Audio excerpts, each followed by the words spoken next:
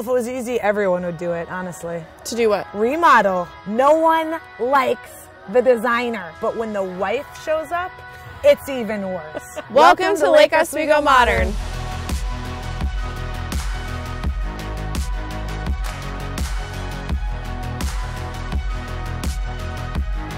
In this video, we're going to talk about two main challenges we faced at the Lake Oswego Modern project. Number one is the ceiling in this house originally is slatted with wood. So how do you install lighting? And number two, it has an entry on the ground level. And how do you wow people when they walk in when you're starting at the ground? But wasn't there another challenge that you faced with this project? Oh, you mean about the one that I did this with my husband? Yeah, I can't wait to hear more about that. Yeah. Stick with us to the end of this video because we are going to address some of the challenges I had working with my spouse that might help you down the line. But first, let's talk about how this project came to be.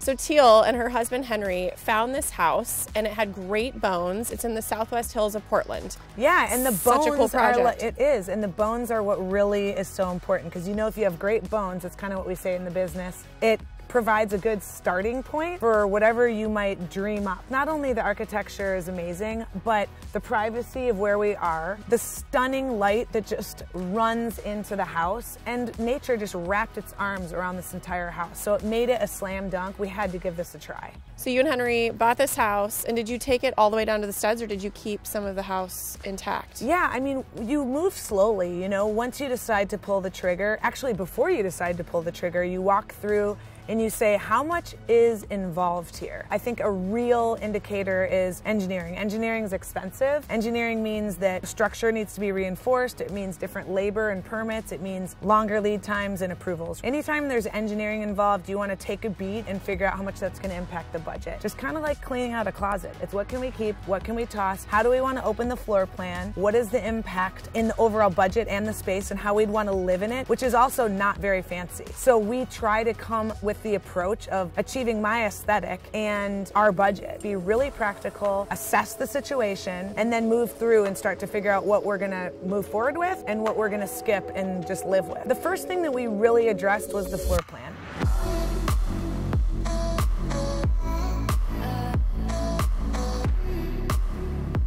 We ended up opening up the kitchen living, which a lot of people want to have an open floor plan these days to have more engaged with family and social time. So now you've got the family room, opens up to the kitchen. Yep. You have a formal living room, and you have a formal dining room. Yep. The perfect layout. What did it look like before that? Oh man, I mean, you should have seen it before. We love a good before and after, and this was smaller, broken up spaces. The ceiling's wood, and the walls were wood, so it lended itself to a very dark aesthetic. What we did is obviously keep the wood ceiling, but opened up and created more windows, changed the wood paneling to drywall, which was painted, which was white, which reflected light. But I think we did a good job of opening it up and keeping it simple. There was some engineering involved, but it was minimal. But we were very conscientious about maintaining the authenticity that was intended by the architecture and nodding to the mid-century vibe. So that leads us to our first challenge, which is solving electrical hands. in a wood ceiling.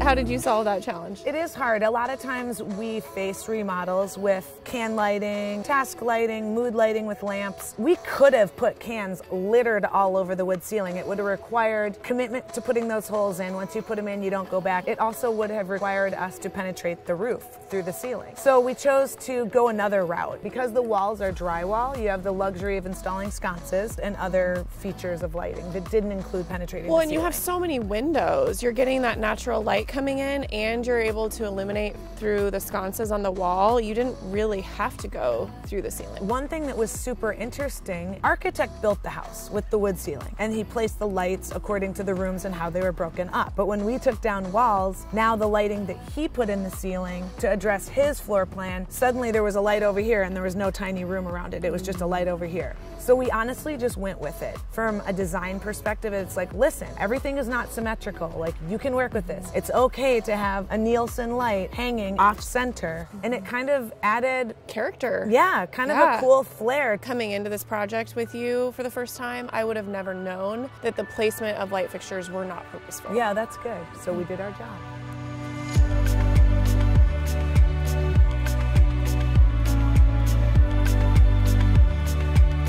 So the second challenge that we faced, the main living areas are on the second floor, Yes. and you walk in on the first floor. So Correct. how do you make that entry a statement and really make it a beautiful, welcoming moment when you open that door, right? That was a toughie for me. Most houses, you walk in and then you have, you know, an entry area or staircase or the living space is right or left, right? Yeah, it was challenging because you walk into this, basically this concrete rectangle, and you had to get in to get up to the second floor where the living room, kitchen, and bedrooms are. You know, we weren't remodeling this for us to move in because that would have added different pressures and arguments, and it would have added different expenditures, but we were designing it for the most. One of the most important things about it, not only was to get you to transport from point A to point B, but it was really to give the first impression. When they opened that nice front door and walk up the stairs, we needed to bring to life what we envisioned would be mid-century modern, be aesthetically pleasing, and wow them from the start. The third and most important was that we wanted it to feel like it was always there. It was really hard and really expensive. You know, it was solid Doug fir floating stair treads, so it had no rise. The construction and engineering and craftsmanship that was required for those custom stairs is something we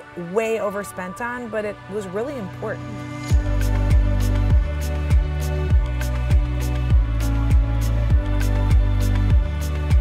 So the third and final challenge, I really want to hear more about how this project went working with your spouse, because if it were me working with my spouse, love you, Brent, we would fight all the time. Yeah, no, it's really hard. You know, just like any business arrangement, I mean, you and I, for example, you really do have to identify roles and responsibilities and lanes in order to, you know, make it work and to avoid the crossover. There's always crossover, and we can talk about some of those. I really had mad respect for his general contracting and managing the subs and the rough-in spots when we were running electrical and running plumbing and dealing with permits. And for him, he had respect for me that, like, I would pick the right lighting, I would pick the right tile, I'd figure out the stain, I'd figure out the paint color. I had the design elements handled, and so it worked. What was something that didn't work? Like, give me an example. Oh my God.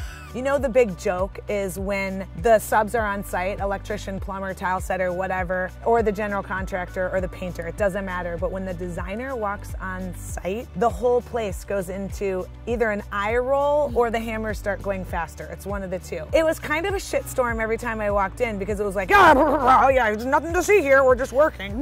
One day, the electrician was up on a ladder and Henry's down below like, oh yeah, okay. I'm like, what are you guys doing? Because I was pretty abreast of everything that was going on.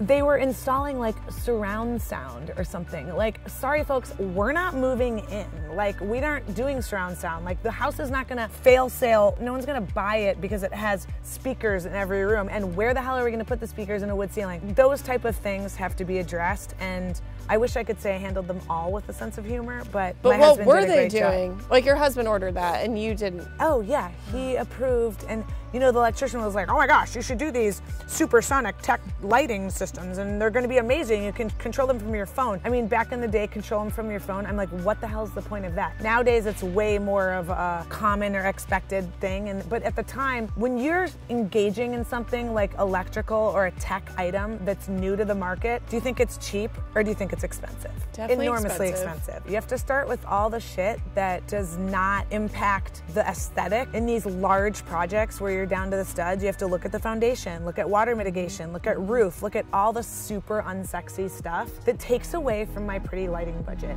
So that is always a chafe to address those issues.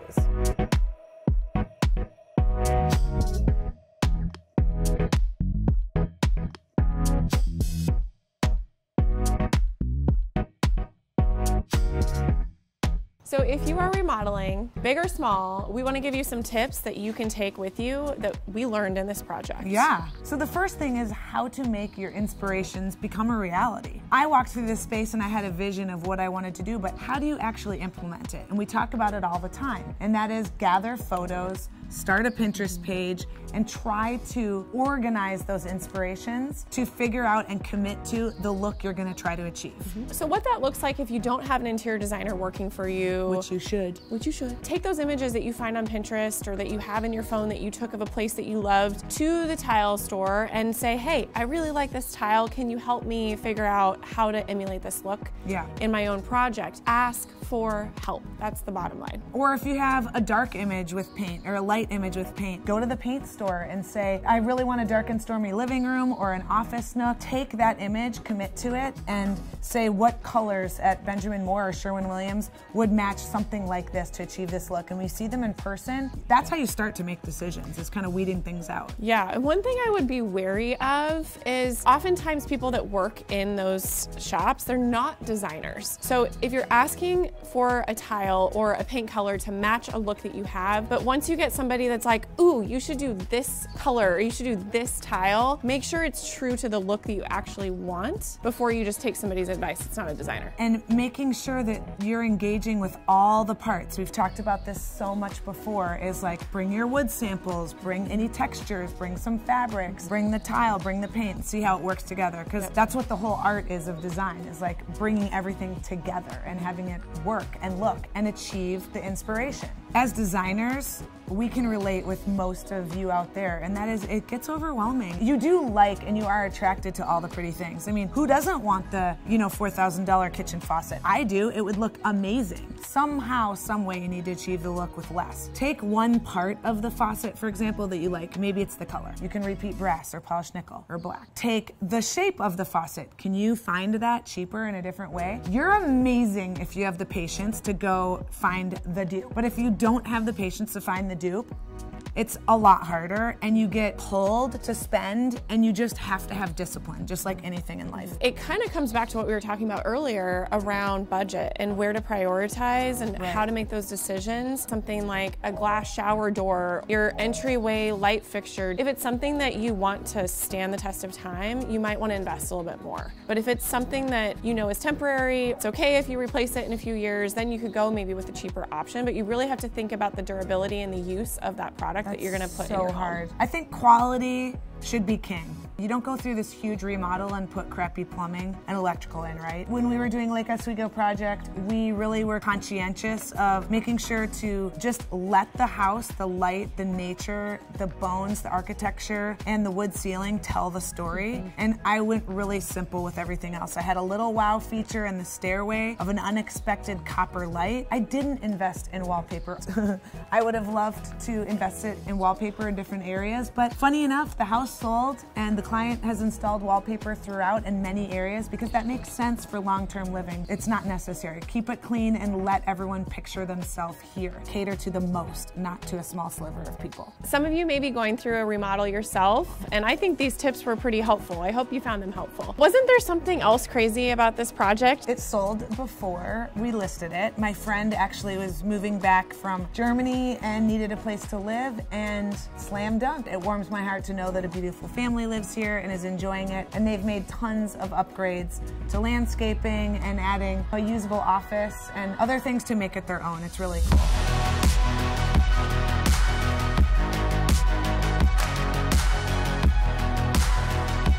We hope you enjoyed this video and learned a thing or two about maybe how you can address some of the challenges when you're remodeling spaces large or small. If you have any questions about any of the products that we used here or anything about the video, drop them below in the comments. We would love to hear from you. Like, share, pass on. Subscribe. Click that subscribe button. All the things. Thanks for watching. Bye. You could do some B-roll. Oh, Oh, you give Teal Hi, some Woody. kisses? Swishy, swishy,